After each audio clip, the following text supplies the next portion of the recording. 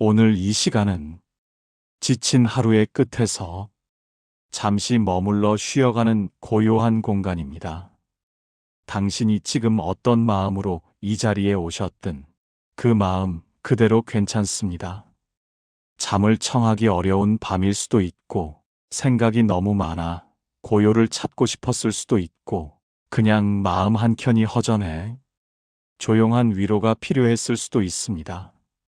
그 어떤 이유든 지금 이 순간만큼은 모두 내려놓아도 괜찮습니다.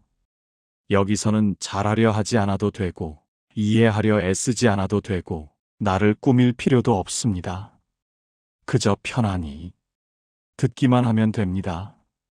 부처님께서 설하신 금강경은 수천 년 동안 사람들의 마음을 붙잡아준 지혜의 등불입니다. 부처님께서 설하신 금강경은 삶을 고요하게 비추는 지혜의 등불과 같습니다. 마음을 무겁게 하는 것들을 조용히 내려두고 그저 들릴 때 들리는 만큼 편안히 흘려보내면 됩니다. 천천히 숨을 들이마시고 길게 내쉬어 보세요. 코끝을 스치는 공기의 움직임을 느끼고 가볍게 아무 힘도 주지 않고 내쉬어 봅니다. 오늘 하루 마음속에 쌓였던 일들이 지금 내쉬는 숨과 함께 아주 조금은 가볍게 흘러가기를 바랍니다. 이제 부처님의 가르침이 담긴 첫 번째 장을 조용히 펼쳐보겠습니다. 질문이 열리고 깨달음의 문이 빛을 드러내는 자리. 이와 같이 나는 들었다. 한때 세조는 사위국 사위성 근처 제따태자가 마련한 숲 아나타빈디가 장자가 보시한 기원정사에 머물렀다. 그때 아침이 되자 세조는 자리에서 일어난다. 몸을 곧게 세우고 가사를 단정히 걸치고 바루를 손에 든다. 그리고 기원정사를 떠나 사위성 안으로 들어간다. 부처는 한 집 한 집을 차례대로 찾아가 바루를 내민다. 많이 주는 이도 있고 적게 올리는 이도 있으나 부처는 그 모든 보시를 있는 그대로 받아들인다. 공양을 마치자 세조는 기원정사로 돌아간다. 바루를 내려놓고 자리에 앉아 몸을 편안히 가누고 고요히 쉬고 있다. 그때 수보리가 일어나 부처가 계신 곳으로 나아간다. 가사를 정리하고 오른쪽 무릎을 땅에 딛고 합장하며 부처 앞에 공경한다. 세존이시여, 선남자나 선여인이 무상정등정각을 이루려 한다면 어떻게 살아야 하며 어떤 마음을 가져야 합니까? 무엇을 머리맡에 간직하듯 기억하며 그 마음을 닦아야 합니까? 세존이시여, 깨달음을 구하는 보살은 어떤 방식으로 그 마음을 편안히 머물게 해야 하며 어떻게 마음을 다스려야 합니까? 이렇게 수보리는 진심으로 부처 앞에서 질문한다. 금강경의 첫 장면은 단순한 아침 풍경이 아닙니다. 부처님의 삶 전체, 수행 전체가 응축된 하나의 상징적 장면입니다. 부처의 아침 행은 수행의 본보기입니다. 세조는 특별한 기적을 보여주며 하루를 시작하지 않습니다. 천상의 빛을 내거나 묘한 힘을 드러내지도 않습니다. 그저 옷을 입고 바루를 들고 마을로 나아가고 돌아와 앉아 쉬십니다. 이 소박한 행위 속에는 한 수행자의 하루가 얼마나 단순해야 하는지, 얼마나 번뇌 없이 흐를 수 있는지 그 자체를 보여주고 있습니다. 부처님의 걸음은 가볍습니다. 서두르지 않고 집착하지 않고 누구의 시선에도 매이지 않습니다. 이 아침의 걸음은 수행의 가장 높은 자리를 가장 평범한 일상 속에서 보여주는 가르침입니다. 수보리는 깨달음을 향한 순수한 질문을 올립니다. 수보리는 부처님 교단 안에서도 지혜로 으뜸이라 불린 분입니다. 그가 던진 질문은 언제나처럼 간단하지 않습니다. 그러나 동시에 너무나 순수하고 너무나 본질적입니다. 깨달음을 얻고자 하는 사람은 어떻게 살아야 합니까? 어디에 마음을 머물러야 합니까? 마음을 어떻게 다스려야 합니까? 수보리의 질문은 깨달음을 이루는 방법이 아니라 깨달음을 향한 올바른 마음가짐을 묻고 있습니다. 깨달음은 기술로 도달하는 일이 아닙니다. 노력의 양으로 이루는 것도 아닙니다. 오직 어떤 마음을 지니고 사는가. 이것이 핵심입니다. 금강경은 마음을 어떻게 머물게 할 것인가에 대한 대답입니다. 수보리는 말합니다. 어디에 마음을 세워야 하며 어떻게 마음을 머물게 해야 합니까?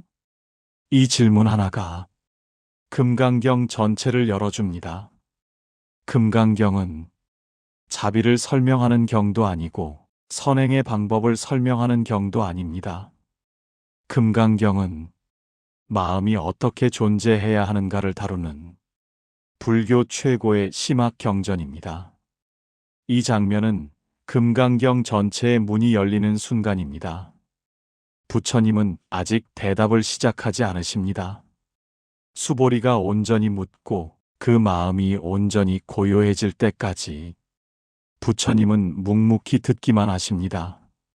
금강경은 말씀으로 시작되는 것이 아니라 묻는 마음으로 시작됩니다.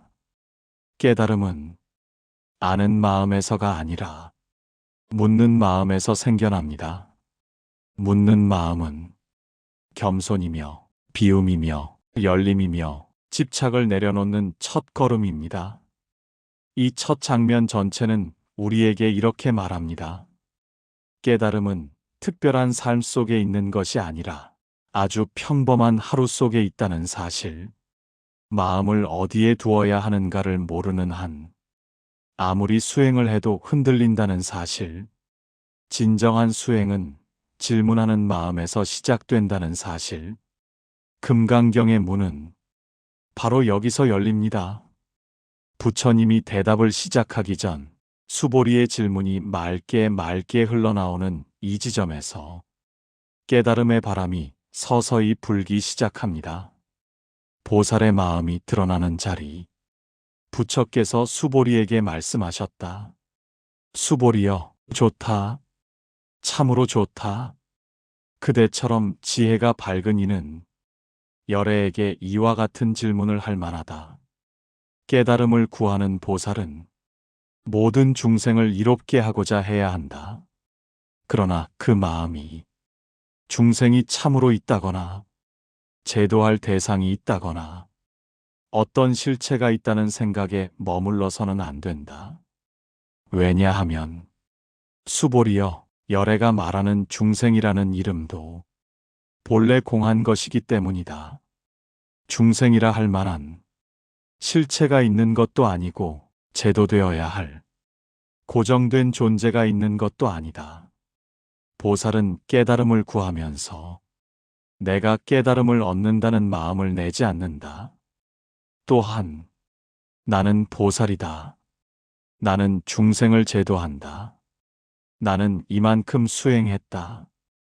누군가가 나에게 공덕을 베풀었다. 이와 같은 생각을 가져서는 안 된다. 왜냐하면 나라 할 만한 실체가 없고 사람이라 할 만한 실체가 없으며 중생이라 할 만한 실체가 없고 수명 있는 존재라 할 만한 실체 또한 마땅히 찾아볼 수 없기 때문이다. 그러므로 보살은 이 네 가지 상에 머물지 않고 모든 상을 버리고 행한다. 보살이 보시를 행할 때 보시는 하되 보시한다는 상에 머물지 않아야 한다. 눈에 보이는 물질에 머물러 보시하지 말고 귀로 들리는 소리에 머물러 보시하지 말며 코로 맡는 냄새, 혀의 맛, 몸의 감촉, 생각과 기억의 대상인 법에 머물러 보시하지 말라. 즉 어떤 대상에도 머물지 않고 보시해야 한다. 보살이 이와 같이 머무름 없이 보시한다면 그 공덕은 헤아릴 수 없이 크고 끝이 없다.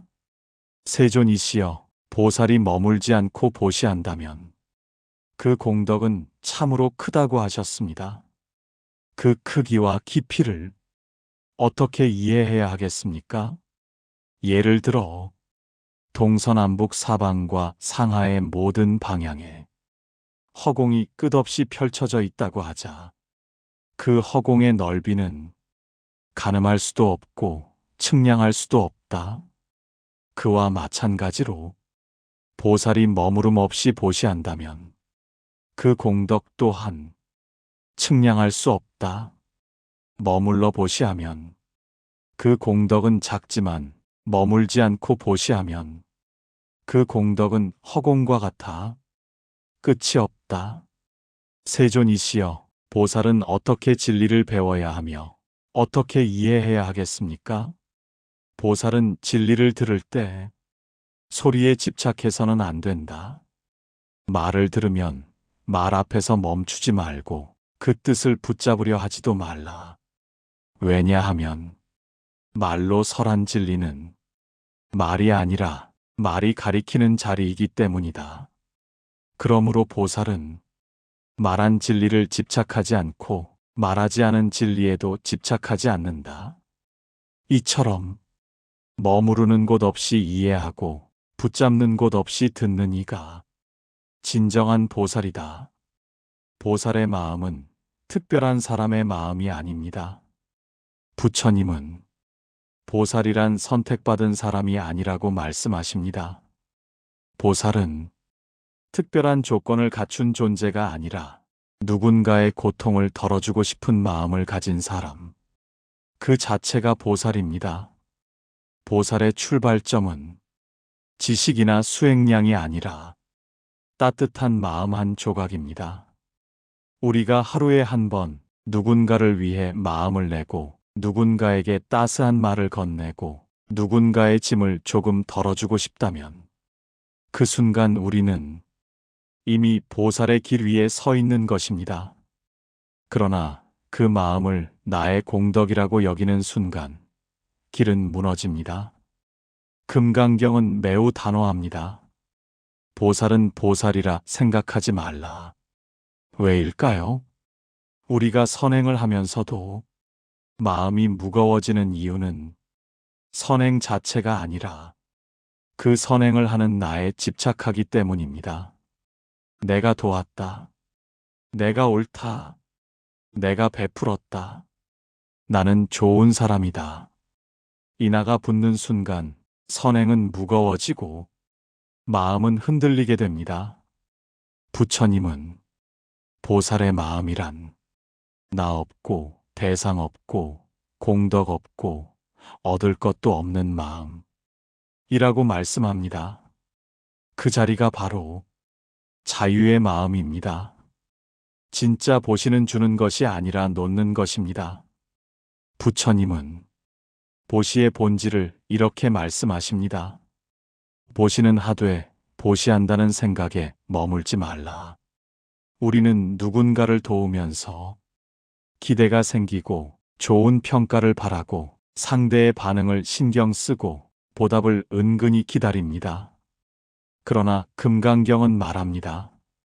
진짜 보시는 주는 것이 아니라 기대와 집착을 놓는 일입니다.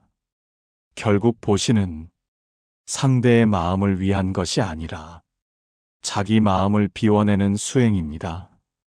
그래서 머무름 없이 보시한 마음은 허공처럼 끝이 없습니다. 진리를 듣는 귀는 고요한 귀입니다. 부처님은 말합니다.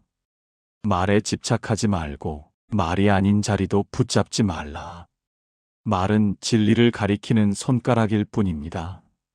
손가락에 집착하면 달을 보지 못하듯 말에 집착하면 진리를 보지 못합니다. 이 말은 아무것도 듣지 말라는 뜻이 아니라 말에 머물지 말라는 뜻입니다. 진리를 듣는 귀는 조용하고 열려 있고 분별이 적고 기대가 없습니다. 말이 들어오면 들어오게 두고 사라지면 사라지게 두는 귀. 그 귀는 세상을 있는 그대로 듣습니다. 보살의 마음을 가장 중요한 기초로 제시하는 구간입니다. 여기서 배울 수 있는 가르침은 이렇습니다. 보살의 마음은 나가 없는 마음입니다. 보살의 행은 머물지 않는 마음입니다. 보시의 본질은 주는 것이 아니라 놓는 것입니다. 진리를 듣는 귀는 고요한 귀입니다. 보살이란 먼 사람이 아닙니다. 자기 마음을 비우고 한 번이라도 따뜻한 마음을 낼 줄 아는 사람. 그 사람이 보살입니다. 그리고 이 마음은 결국 자기 자신을 가볍게 하고 자유롭게 합니다. 형상을 떠난 지혜가 드러나는 자리. 부처께서 수보리에게 말씀하셨다. 어떤 선남자나 선여인이 이 경을 듣고도 마음속에 의심이 일어나지 않는다면 그 사람은 이미 헤아릴 수 없이 많은 생을 지내오며 끝없는 선근을 심어온 사람이다. 의심이 없다는 것은 그 마음이 이미 형상을 넘어섰다는 뜻이다. 세존이시여, 어떻게 해야 열애를 보았다고 말할 수 있습니까? 열애는 형상으로 보이는 것이 아니다. 열애는 소리로 들을 수 있는 것도 아니다. 형상으로 열애를 보려 하고 소리로 열애를 들으려 한다면 그 사람은 열애를 전혀 보지 못한 것이다. 보살이 머무름 없이 보시하면 그 공덕은 헤아릴 수 없다.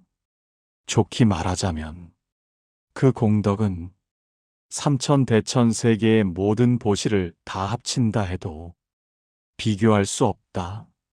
왜냐하면 머물지 않는 마음에서 나온 보시는 형상에 머물지 않기 때문이다. 열애는 형상을 떠나니다. 열애의 형상이라 말하는 모든 것은 참된 형상이 아니다. 그러므로 형상에서 열애를 찾으려 한다면 그는 열애를 보지 못한다. 열애라 부르는 존재도 고정된 실체가 없다. 열애는 지혜와 자비의 작용일 뿐 잡히는 몸도 없고 붙잡을 개념도 없다. 열애라는 이름도 잠시 인연을 따라 붙인 이름일 뿐이다. 세존이시여, 보살이 이 금강경 4줄 개송이라도 외우고 남에게 알려준다면 그 공덕은 얼마나 되겠습니까? 그 공덕은 말로 다 할 수 없다. 왜냐하면 이 경은 모든 법의 근원을 밝히기 때문이다. 이 경 한 구절을 바르게 알려주는 공덕은 삼천세계에 가득한 재물을 보시하는 것보다 더 크고 더 깊고 더 넓다. 보살은 머무르지 않아야 한다. 머무르지 않는다는 것은 대상에 붙잡히지 않는다는 뜻이다. 눈에 보이는 형상에 머물러 보시하지 말고 귀로 듣는 소리에 머물러 보시하지 말며 생각의 대상인 법에 머물러서도 안 된다. 어디에도 머물지 않고 행한 보시는 그 공덕이 허공처럼 끝이 없다. 만약 누군가가 열애는 이 법을 설하였다고 말한다면 그 사람은 열애를 모르는 것이다. 왜냐하면 열애는 설하고자 하는 마음이 없고 설했다는 마음도 없기 때문이다. 말은 인연에 따라 나올 뿐 고정된 법이 아니다. 열애는 말에 머물지 않고 말하지 않은 것에도 머물지 않는다. 의심이 없는 마음은 수행의 가장 높은 자리입니다. 부처님은 수보리에게 이렇게 말합니다. 이 경을 듣고도 의심하지 않는 이가 있다면 그는 이미 오래도록 선근을 쌓아온 사람이다. 여기서 말하는 의심 없음은 맹목적 신앙이 아닙니다. 의심 없음이란 마음이 이미 형상과 개념을 넘어선 상태입니다. 마음이 고요해지고 분별이 잦아들면 이 말이 맞는가, 틀리는가, 어떤 이치인가, 이런 의심이 자연히 사라집니다. 마음이 조용할 때 진리는 스스로 드러납니다. 열애는 형태가 아니라 지혜의 자리에서 보입니다. 금강경은 반복해서 말합니다. 열애는 형상이 아니다. 열애는 소리가 아니다. 부처님의 모습을 보는 것이 깨달음이 아닙니다. 부처님의 목소리를 듣는 것이 지혜가 아닙니다. 열애를 본다는 것은 부처님의 지혜와 자비가 드러난 마음의 자리를 본다는 뜻입니다. 그 자리는 형상으로 보이지 않고 소리로 들리지 않습니다. 마음이 고요해질 때 그 자리가 드러납니다. 머물지 않는 보시는 모든 수행 가운데 가장 깊습니다. 우리는 무엇을 하든 머물고 집착하는 습관이 있습니다. 도움을 주면서도 내가 도왔다는 마음에 머물고 잘한 일을 하면서 나는 선한 사람이라는 마음에 머물며 칭찬을 받으면 그 칭찬에 머물고 비난을 받으면 그 비난에 머뭅니다. 그러나 금강경은 선행의 절정은 머무름 없음이라고 말합니다. 머물지 않는 보시는 상대에게 자유를 주고 자기 마음을 자유롭게 합니다. 보살의 선행은 억지 않고 남기지 않고 흔적을 만들지 않습니다. 그래서 허공처럼 끝이 없습니다. 언어는 진리를 가리키는 손가락일 뿐입니다. 부처님은 말합니다. 열애가 설했다는 말도 열애를 모르는 것이다. 말은 진리가 아닙니다. 말은 진리를 가리키는 그림자일 뿐입니다. 그림자를 붙잡으면 실체를 잃습니다. 금강경을 들을 때 우리가 해야 하는 일은 말을 따라 붙잡는 것이 아니라 말이 가리키는 방향을 보는 것입니다. 말 너머에서 진리는 조용히 드러납니다. 여기서는 형상을 떠나는 마음, 소리를 떠나는 마음, 개념을 떠나는 마음, 설한 법조차 떠나는 마음을 강조합니다. 이 마음이 깊어질수록 번뇌는 자연히 가라앉습니다. 형상에 갇혀 있을 때 우리는 흔들리고 형상에서 벗어나는 순간 우리는 자유로워집니다. 무주의 지혜가 더욱 분명해지는 자리. 부처께서 수보리에게 말씀하셨다. 만약 누군가가 말하기를 열애는 무상정등정각을 얻었다고 한다면 그 말은 올바르지 않다.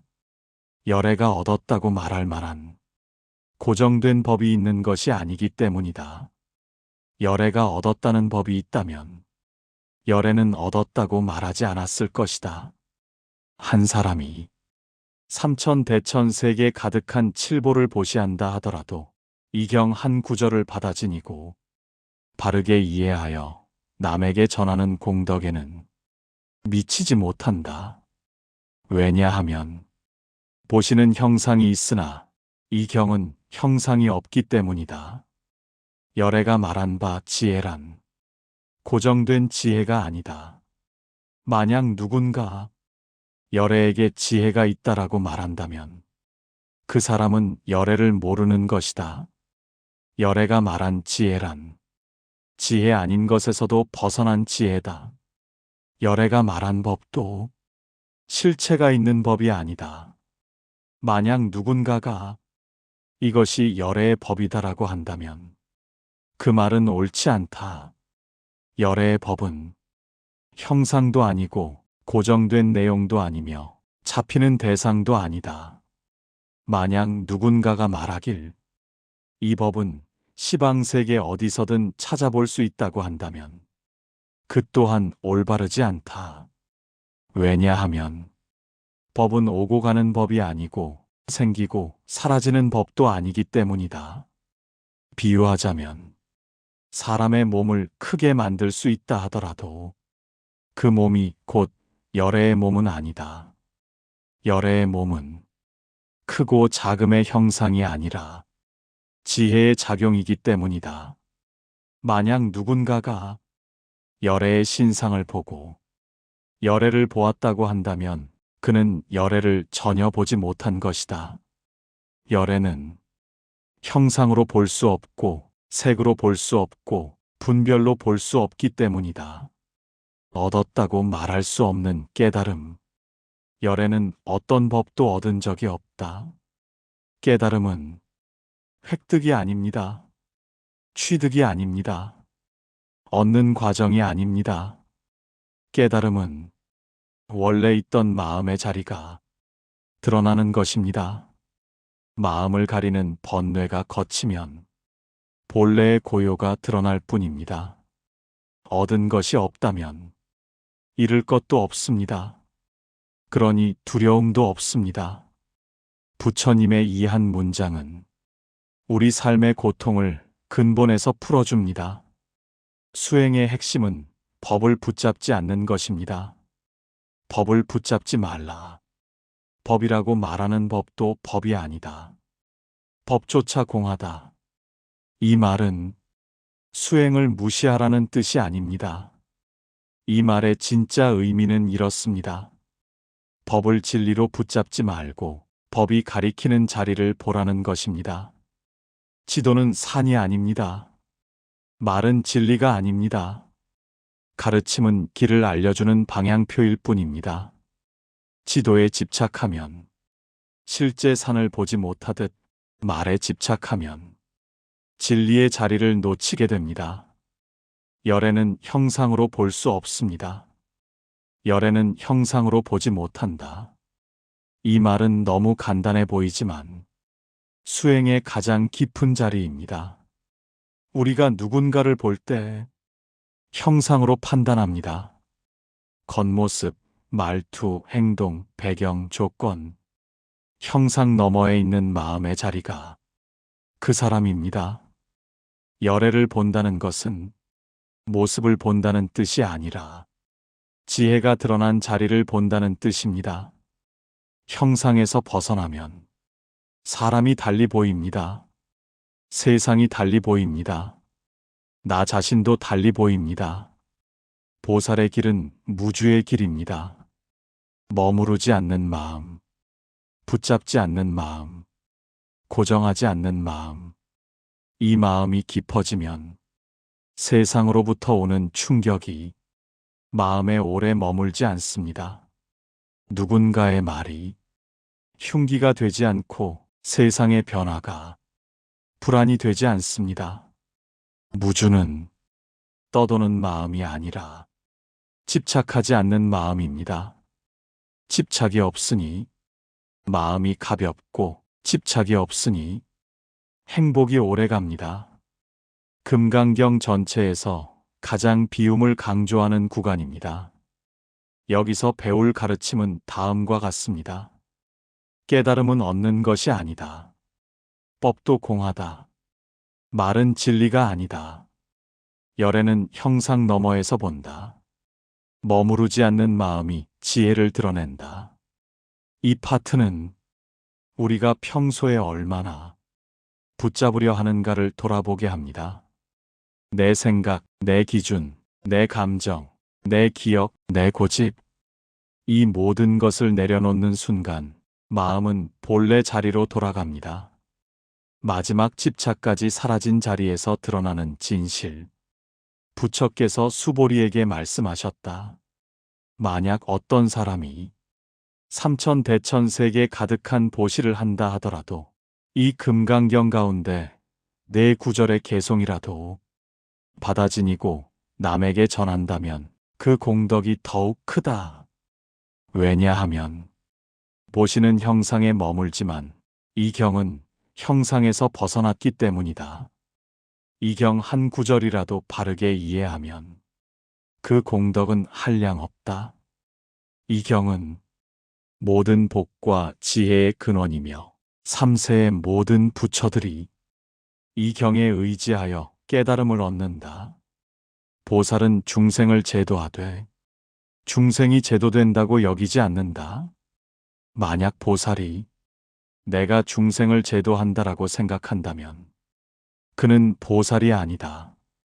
왜냐하면 중생이라 말하는 것도 실체가 없기 때문이다. 열애의 법신은 형상이 아니다. 무엇으로도 측량할 수 없는 것이다. 형상으로 열애를 구하려 한다면 그는 열애를 보지 못한 것이다. 이 경을 듣고 놀라지 않는 사람은 이미 무량한 선근을 심어온 사람이다. 이 경은 무엇을 끊는 것도 아니며 무엇을 멸하는 것도 아니다. 다만 사람의 마음을 바르게 인도할 뿐이다. 미래에도 지혜가 밝은 선남자 선여인들이 있어 이 경을 듣고 곧바로 마음이 맑아질 것이다. 그들은 과거 생에서 이미 선근을 닦아왔기 때문이다. 참된 수행자는 말이나 행동으로 드러나지 않는다. 그는 고요하다. 그가 걷는 것도 고요하고 그가 말하는 것도 고요하며 그의 마음은 항상 낮고 부드럽다. 이 고요함이 곧 수행이다. 누군가가 열애는 법을 설하였다라고 말한다면 그 사람은 열애를 모르는 것이다. 열애가 설했다는 마음도 없고 설하지 않았다는 마음도 없다. 말은 인연을 따라 나타났다가 인연을 따라 사라질 뿐이다. 보살이 공덕을 지을 때 머물지 않고 지어야 한다. 형상에 머물지 않고 소리에 머물지 않고 기억이나 생각에도 머물지 않는다. 머물지 않고 행하면 그 공덕은 허공처럼 넓다. 부처께서 말씀하셨다. 수보리여, 만약 누군가가 열애의 형상을 보고 열애를 보았다고 한다면 그는 열애를 보지 못한 것이다. 열애의 모습은 그 어떤 형상도 아니기 때문이다. 그리고 부처께서는 금강경의 결론이자 모든 가르침을 한 줄로 압축한 사구계를 읊으셨다. 일체유의법. 이 세상 인연으로 지어진 모든 것은 염홍한 포영, 꿈과 같고 환영과 같고 물거품과 그림자 같으며 여로영 여전, 이슬 같고 번개와도 같다. 응작여시관, 이와 같이 관찰해야 한다. 금강경의 마지막 메시지는 공덕이 아니라 마음입니다. 부처님은 보시와 선행의 크기를 논하지 않습니다. 정말 중요한 것은 얼마만큼 주었는가가 아니라 그 마음이 어디에 머물러 있는가입니다. 머무르는 마음, 작은 공덕을 낳습니다. 머물지 않는 마음, 끝없는 공덕을 낳습니다. 왜냐하면 머무르지 않는 마음에서 나온 모든 행위는 형상에 갇히지 않고 허공처럼 확장되기 때문입니다. 보살은 제도했다는 마음조차 가지지 않습니다. 우리는 누군가를 도와주고도 머릿속에 흔적을 남깁니다. 내가 해줬지. 내가 없었으면 어쩔 뻔했나. 나 아니면 누가 하겠어. 그러나 금강경은 말합니다. 보살은 돕되 도왔다는 마음이 없습니다. 도움받은 이도, 도움 준 이도 결국 실체 없이 인연으로 모였다가 인연으로 흩어질 뿐입니다. 이 흔적 없음이 보살의 마음입니다. 열애의 몸은 보이지 않는 자리에서 드러납니다. 부처님은 마지막까지 강조합니다. 열애를 형상으로 보지 말라. 열애는 눈에 보이는 몸이 아니라 분별을 벗어난 마음의 지혜입니다. 지혜는 보고 듣는 감각을 통해서가 아니라 조용한 마음의 바닥에서 드러납니다. 형상에서 벗어날 때 비로소 진실이 보입니다. 진리의 말은 말이 아닙니다. 부처님은 말합니다. 열애는 설한 것이 없다. 이 말은 말을 부정하는 것이 아니라 말에 갇히지 말라는 가르침입니다. 우리는 말과 생각에 너무 익숙하여 그것을 진짜라고 착각합니다. 하지만 말은 물 위의 그림자에 불과합니다. 그림자를 붙잡으면 물을 놓치게 됩니다. 금강경은 말을 넘어선 자리에서 지혜를 보라 고 말합니다. 사국에는 삶을 어떻게 볼 것인가에 대한 마지막 지침입니다. 사국에는 말합니다. 모든 것은 꿈처럼 지나간다. 이 말은 삶이 허무하다는 뜻이 아니라 삶에 너무 매달리지 말라는 뜻입니다. 모든 감정, 모든 관계, 모든 기쁨, 모든 상처는 잠시 일어났다가 잠시 사라집니다. 그러니 붙잡으려 하지 말고 흘러가게 두십시오. 집착을 놓는 순간 평온이 찾아옵니다. 마음이 머무르지 않을 때 그 마음이 곧 부처다. 형상에 머물지 않고 감정에 머물지 않고 기억에 머물지 않고 선행에 머물지 않고 심지어 깨달음에도 머물지 않는 마음. 그 마음이 자유이며 그 마음이 공이며 그 마음이 해탈입니다. 이제 금강경의 모든 장을 조용히 함께 걸어보았습니다. 부처님께서 남기신 말씀은 형상과 소리, 생각을 모두 내려놓고 마음을 가볍게 비추라는 가르침이었습니다. 하루 동안 쌓였던 많은 감정들, 붙잡고 있던 생각들, 흔들리던 순간들, 금강경은 말합니다. 그 모든 것이 꿈과 같으니 머물지 말고 흘러가게 하라. 마음을 머물지 않게 하는 순간, 흐트러짐 속에서도 고요한 중심이 드러납니다. 오늘 들은 이 가르침이 삶의 어느 순간에든 부드러운 바람처럼 떠올라 마음을 편안하게 해주길 바랍니다. 필요한 문장은 필요한 때에 스스로 마음 앞에 나타납니다. 그것이 금강경의 힘입니다. 이 시간 함께 해주셔서 감사합니다. 오늘도 편안하시고 내일은 더 평온한 마음으로 시작되기를 기원합니다.